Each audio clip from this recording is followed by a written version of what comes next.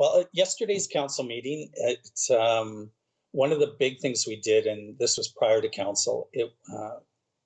The city is now undergoing their new 5-year strategic plan. So yesterday was council's chance to give their input. The plan it's a collaboration of everybody within the community. So the consultants are pulling this together. They've worked with staff. Yesterday was council's turn. In the next 4 to 6 weeks, they'll go out into the community. Now, obviously, we won't be able to have those open forums like traditionally we would have, where people would say, come to the Rotary Room or another hall in the community where people could give their ideas. So the consultant's quite confident that they're doing this throughout the year so that they can still access that type of information from the general public.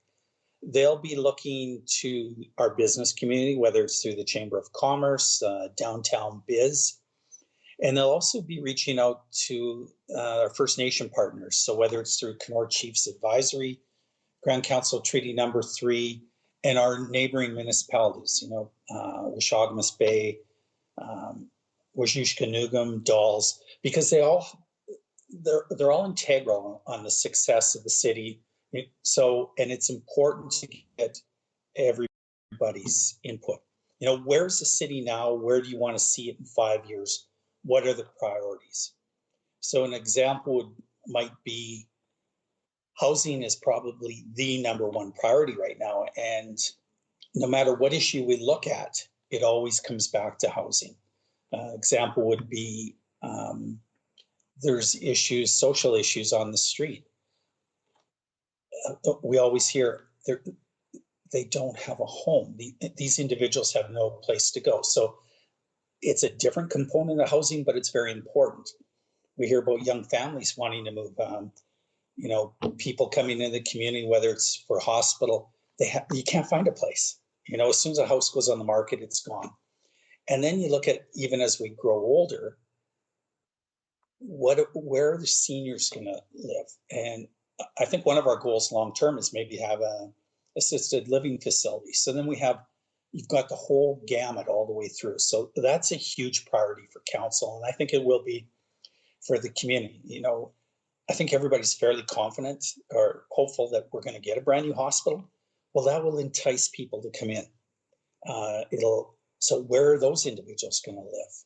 So housing is the priority right now, but there's obviously others throughout.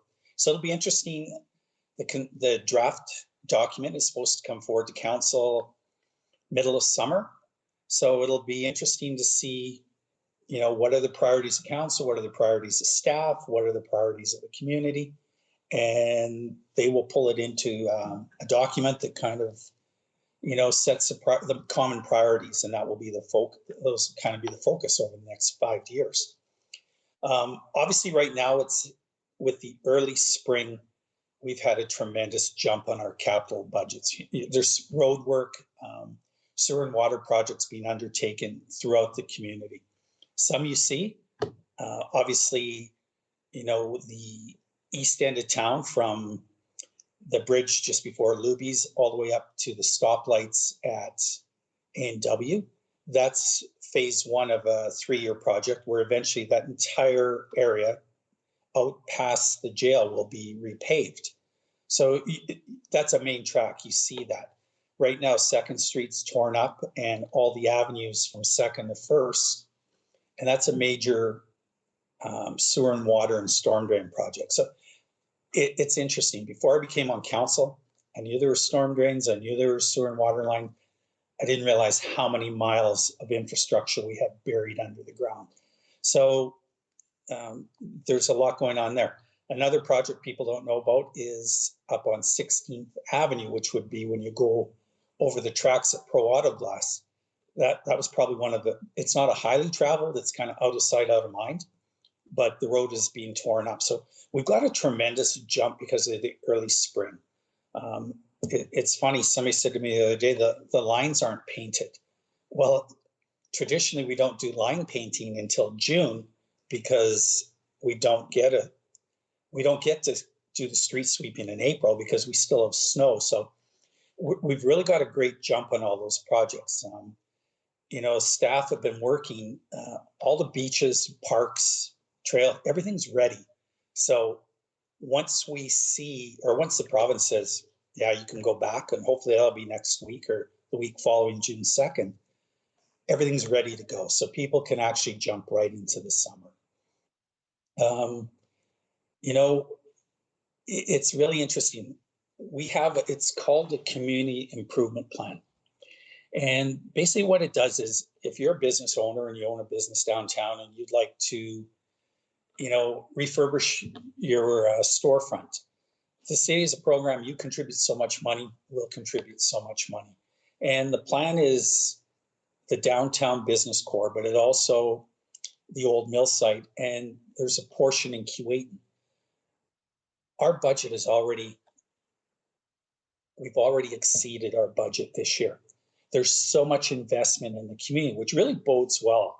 If you're a young business person and you're investing money into your storefront, then obviously you have a sense that this is a really good place to do business. So I think the underline is we're also focused on COVID and how it's really restricted our movement. It's really restrictive being with friends and family, but there's a lot of investment going on in the community. I drove around the other day, and the jail right now is initiated. They're doing their big expansion project. So, it's not only city projects that are taking off, it's other investment in the community. Yesterday at council, we approved, it was a site plan agreement. So it's a 30-unit supportive housing. This started 2 years ago when the city rezoned, brought in services, and it's up by and we relocated the Evergreen Rink. So they're now in the position, they'll start building, and that will again address some of the issues of people on the street that don't have homes. So there's a lot of investment going on in the community. Hopefully that we'll hear in the next 2 months. The developer at the mill site has a number of announcements that he wants to make, but he's just, everything has to be, when you're dealing with a developer, they have to make sure that everything's in play. The site plans are in place, how the water, the traffic, there's so many steps to jump through. So I think we're going to see it probably early summer, a lot of those plans come to fruition. So it's really an exciting time to be part of council. Obviously, we need the stores to be open again. We need to see summer tourism open, and I think there's a lot more optimism this year. You're seeing today our vaccination numbers, Kenor's doing really well. Our number of cases continues to drop.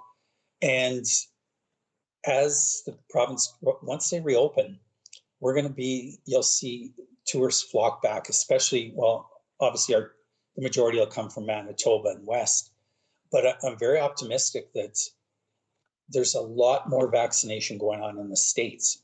And finally, I'm understanding that the federal government and the US government are talking about what that's going to look like to reopen. And so that might be closer to the end of the summer, but the reality is we're getting back closer and closer to where people can live a normal life, do the things we all love. Let's face it, summer's pretty short. You want to get out and enjoy it and experience it while you can. So, and when all those things happen, then our businesses open up. And when our businesses, that means more people getting hired, more money being spent in the community.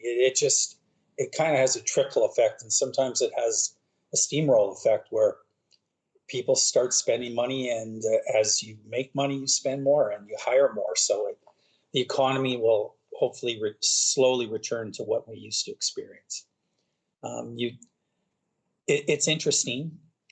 Normally, we're all gearing up for the long weekend, and obviously, it's going to be really different this year. People won't be flocking into the community like they normally do with the border being closed. But, given the current situation, all the forest fires we're having, maybe having 5-6 days of rain over a long weekend won't be as tough this year, just because, there's not as much activity going on outside, but it's also it's a priority to, it'll really help knock down those forest fires. And, you know, lake levels, there's a lot of positive things to rain. We don't like it on the long weekends, but in this case, I think it'll be good for us to get the rain. And I really appreciate you inviting me on the show. This is the first time we've really done this, and I welcome the opportunity. Glad to be part of your show. So thank you very much.